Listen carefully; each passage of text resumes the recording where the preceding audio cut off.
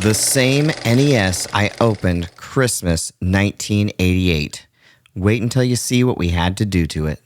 Goodbye, my friend.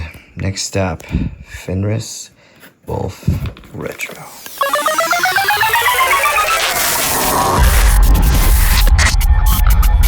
$1987. Before Christmas, before I owned a thing, there was a basement. My friend led me down the stairs, past the He-Man toys and Castle Grayskull, to a glowing TV. This is it, he said. I'd seen Atari. It hadn't hooked me, but he always showed me the coolest stuff, so I watched. And the second Super Mario Bros. Hit the screen, my life changed. For most people, a moment like that gets lost in the zip file of the brain. Not this one. The game grabbed me and punched me in the face. I'd never seen anything like it. And I needed the controller. Not wanted, needed. Every time I got it, the rush was like summiting Everest. I'd play until my hair was soaked with sweat. Something about the graphics, the sound, the control hit me in a way nothing ever had. I fell in love with video games in that basement. Will you be the one to witness the birth of the incredible Nintendo Entertainment System? Will you be the first to see, to touch, to play? Have you seen Zelda? Wait, there was another game? Zelda pulled me deeper, an endless, mysterious adventure caked in lore. I barely got to play it. I just watched, and my brain filled in the rest like a novel. A whole world, waiting. I lived in a town of 3,000 people, so an NES was something you rented when you were lucky. Every time felt like a heist. Indy lifting the golden idol, homework and chores, the boulder chasing me out of the temple. A day or two, with it vanished in an instant. Thrilling, and never enough. So between rentals, I devoured Nintendo Power, memorizing maps and secrets for games I didn't even own yet. Which brings me to Christmas 1988. Owning a Nintendo felt impossible, like owning an amusement park or a McDonald's. Too much for any one kid. But my Aunt Linda had scored one. And when I tore that paper open, the feeling was pure disbelief. There's no way this is mine. But it was, and it never lost its luster. And there was one game I'd been chasing through every issue of Nintendo Power. Super Mario Bros. 2. The 1988 chip shortage made it nearly impossible to find that Christmas. In the U.S., it's mostly Mario that they want. The last Super Mario Bros. 2 was just sold. And they get upset. Well, they say, oh, can you take my name? Can you take my credit card, please? Can you do something? My kid wants it. His friend has it, and they're not friends anymore because he doesn't have it. All this makes me wonder, is the shortage real, or are they holding back supplies to increase the mystique? So it didn't come until my birthday that February. By the time the cartridge was finally in my hands, I'd already memorized every level from the magazine. Double Dragon, Zelda 1 and 2, Castlevania, Contra, Mega Man. Every Mario. I played all of it, constantly. I used to say my favorite sport was Nintendo. Nothing else came close, even when the SNES arrived, and I loved the SNES. I never put the NES down. It always stayed sharp to me. Never old, never replaced. The SNES is one of my favorite systems, but the NES is the one that made me.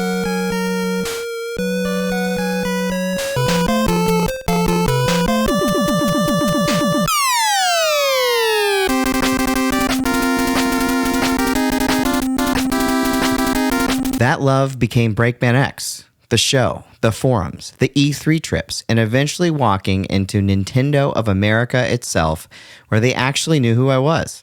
I met Miyamoto, the name at the end of every game I'd loved as a kid. If I could have shown that little boy in the basement how close he'd get, this one machine rerouted my entire life. It sat beside me through the early years of the show. Then I left for Los Angeles, chasing Hollywood. And it got buried like treasure in storage. Emulation was good enough, right? Right? Here's the thing. There's a power in playing the same machine with the same controller you held all those years ago. The controller I used to bite in a rage at 5 years old every time I died. It made sense at the time. I collect consoles now. I could play almost any system at about as high a quality as exists. But my original NES, the one that started everything, sat forsaken. A few years ago, I opened that storage box and brought my old machines back, one by one. The NES was always going to be the hard one. I'd even had Voltar RGB mod and AV Famicom during the pandemic to scratch the itch. And it wasn't enough. I didn't want a Famicom. I didn't want emulation. I needed my 1988 NES. Enter our hero, Fenris Wolf Retro. Fenris Wolf Retro, how are you doing? I'm doing fantastic. We became friends through the show. I had him on last year, and in one of those casual conversations, we hatched a plan. Resurrect my original childhood NES, former glory, and then some. How far do you want to go? He asked, and laid out the options. I don't want to replace the shell, I said, but let's do everything else. The capacitors had done their duty through the 80s, 90s, and 2000s, and they were done. The composite output, RF when I was a kid, just didn't hold up on a 4K TV through a retro tank. As luck would have it, Tim Worthington was about to drop V5 of the NESRGB, better audio, and on-screen display, the works. I'd finally be able to see which palette I'd picked. And then the big one, the flaw that defined the NES for a generation. The games wouldn't play. Blow on the cart, jiggle it, pray. Between the lockout chip and the worn ZIF connector, I knew we needed a real fix. The Nin10 drawer was it, the thing that would finally let my games just work. You have your original cartridge slot where you pop it in, and I know you're familiar, and you push it down, and it clicks into place. The problem with that is that it's actually biting onto the pins, and over time it can bend the pins back, particularly if you leave your console in the attic for 30 years with the cartridge pushed down. As I did. Like many of us had. Yeah. So what the Nin10 drawer does is it basically emulates slots that work, which means the ones that aren't the NES. So effectively, if you look at it like this, it works no different than a top loader, where it just pops in like that. I can't get any more detailed than that. It's actually incredibly simple because we modeled it off after the simple stuff that works. What it has over like a Blinking Light Win or the other guys is that it has a moving tray in it, which when in the NES, you can actually pull the cartridge out a little bit before you pull the cartridge out. Yeah. And that allows you to actually get a grip on it, where before you could not. And that was the curse of the death grip. Everything was ordered, and nothing good is ever easy. It is officially the most exciting NES install ever. We've got sirens going off, tornadoes. Tornadoes were rolling through while we drew up the plans. Then the US seller ran out of the NES RGB boards. I called around, tried to improvise, but now there was a clock on it. Fenris was about to leave for Japan, and he wanted this done before he flew out. We rolled the dice and ordered the board from Australia, betting the delivery window would just barely make it. It got stuck in customs. It arrived on the literal last possible day, and Fenris worked through the night to get it done. Recap magic. Back to 1988 spec, maybe better. Desoldering the PPU, the actual chip that drew the graphics I grew up on. Wiring the expansion audio off of the CPU that ran my games and made the sounds I was obsessed with. This is the heart of my childhood, the source of half my favorite memories. Not a similar machine, not a clone. This NES. The baptism it needed to ascend. Okay, moment of truth. After a dozen attempts, the planets finally aligning, the cartridge cleaned to perfection and seated just right, I managed to capture this, the before. And honestly, who knows if it ever would have turned on again. It wasn't a guarantee, not even close. After Fenris, it looks like this. Pristine. Perfect. It just works now. It just works. Praise the Nin10 drawer. And the surprise that got me, my 37-year-old save on Zelda II was still there. A miracle, according to Fenris.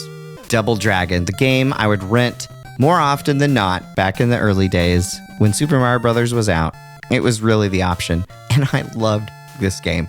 I was a street tough, walking around, beating up the bad guys. Honestly, I had really no idea what was happening, but I loved the music. I loved the gameplay. I'd never even played the arcade game. I didn't know that there was supposed to be a 2-player. I didn't know the flaws. I can just remember sitting in this basement right here, playing Double Dragon with my family, with my friends, trying to get past this damn bridge. This damn bridge. It was so easy to fall in this water. Zelda. Oh my God. Zelda. This wasn't a game. This was so much more than a game. This was a world that you dove into. I pored over the manual, over and over, looking at the artwork, looking at everything. These games to me are kind of similar to novels in that the game represented what they could achieve technically, and your mind really took over everything else to the point where the game became so much bigger due to your imagination. I was never really attempting to beat these games, especially Zelda. I was experiencing them. I never knew what was around each corner. Every once in a while, I'd get a tip or so from friends, but every discovery seemed like some amazing discovery in the ancient Egyptian desert where some new thing no one had ever seen before happened. For my childhood brain, this lasted years and years and decades. I still love playing the game. Zelda II, the much maligned sequel, if you read a lot of the internet. However, I love Zelda II. It's up there with my absolute top 5 NES games. I know it's hard. I guess I've just played it a lot because it doesn't seem that hard to me, but again, it probably was towards the beginning. I can remember trying to beat Mr. Horsehead and how difficult that was back in the day. But I absolutely love Zelda 2. The music is some of my absolute favorite music of all time. And again, it carried on that mysterious feeling from Zelda 1, and I loved it. I never knew people didn't like it until much later. Castlevania. I remember renting this one. I never owned it until much later, but I just loved the horror aspect of it, the campiness. And then when Castlevania 2 came out, I remember seeing it at a toy store, I think Children's Palace, and was transfixed by the artwork, to be honest. I love the artwork. I put it in. I didn't know this was the game people didn't like either. Being a kid, I just loved exploring. I didn't need it to be perfect in terms of traversal. I still love this game. When I finally beat it somewhere around 2nd or 3rd grade, I was absolutely transfixed. Again, some of my favorite music. Contra. Oh my God, Contra.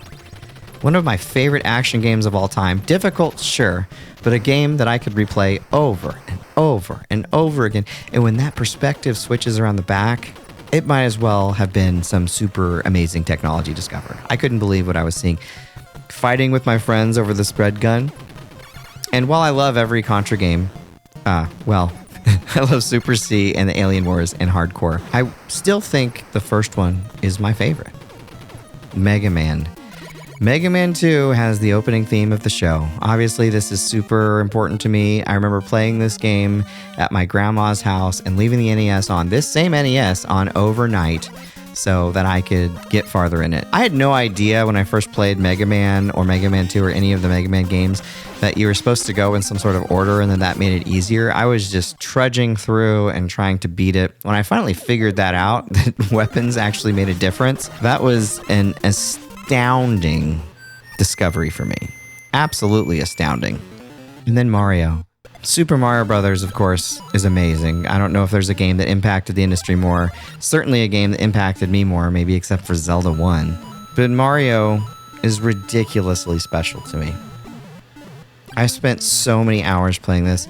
Super Mario Brothers 3 is amazing, and I'm sure the best on the NES. But Super Mario Brothers 2 was the first game that I really waited and anticipated for it to come out. And I always loved it. I may have spent just about as much time on Super Mario Bros. 2 as Super Mario Bros. 3. It's probably my favorite Mario sprite. So just an astoundingly great game. These games hold such amazing memories for me. 38 years ago, I was handed my own NES, and with it, an obsession that has never left. Before Final Fantasy VII, before Control, before I ever asked the world what was up, there was this. In the basement, then my room, always with me, until 2008 when I let it slip into storage. Now it's resurrected, and my love for it came back with it. It works better than it ever has, and the games are every bit as great as I remember. Capturing this footage is what made me realize how great. The recap, the soldering, the NESRGB, the Nin10 drawer, Fenris's all-nighter. All of it brought the whole thing roaring back. Past the He-Man toys, past Castle Grayskull, right back into 4-year-old Break's obsessed little heart. If you want to hear more about this, check out these couple of episodes of the game show. We had both Alex from Nin10 Drawer and Fenris, the man here behind it. And I just want to give a couple notes on this video before we head out. First, thanks for watching. If you like what you've seen, please give us a like and subscribe.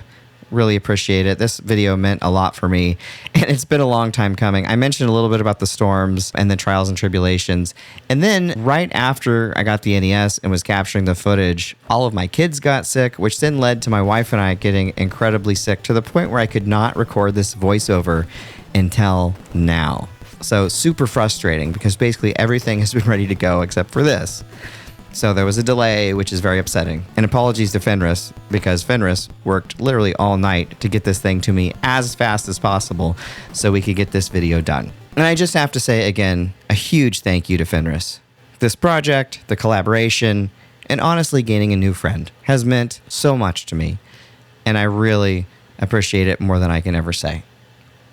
So thank you for watching this video. If you haven't checked out the NES, I advise you to check out some games and see if you can get a little obsession in your heart.